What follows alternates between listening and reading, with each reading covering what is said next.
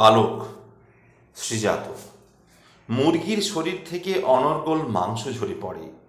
চড়ুইভাতির বনে যেখানে অপ্রাসঙ্গিক চাঁদ, মানুষের সতর্কতা শুধুমাত্র ছুঁচে আর খড়ে। জীবন বিফল বলে জনপ্রিয় অসংখ্য প্রবাদ।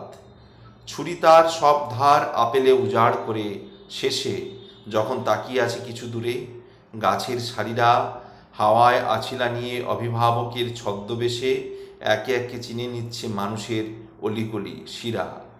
যে হাওয়া বিষণ্ণ তাকে বোঝার শহর থেকে দূরে নিটোল বাস্কেটে কিছু রুটি আর সমাগম আজ রাতের বিপদ থেকে দুফুট দূরত্বে ভবঘুরে।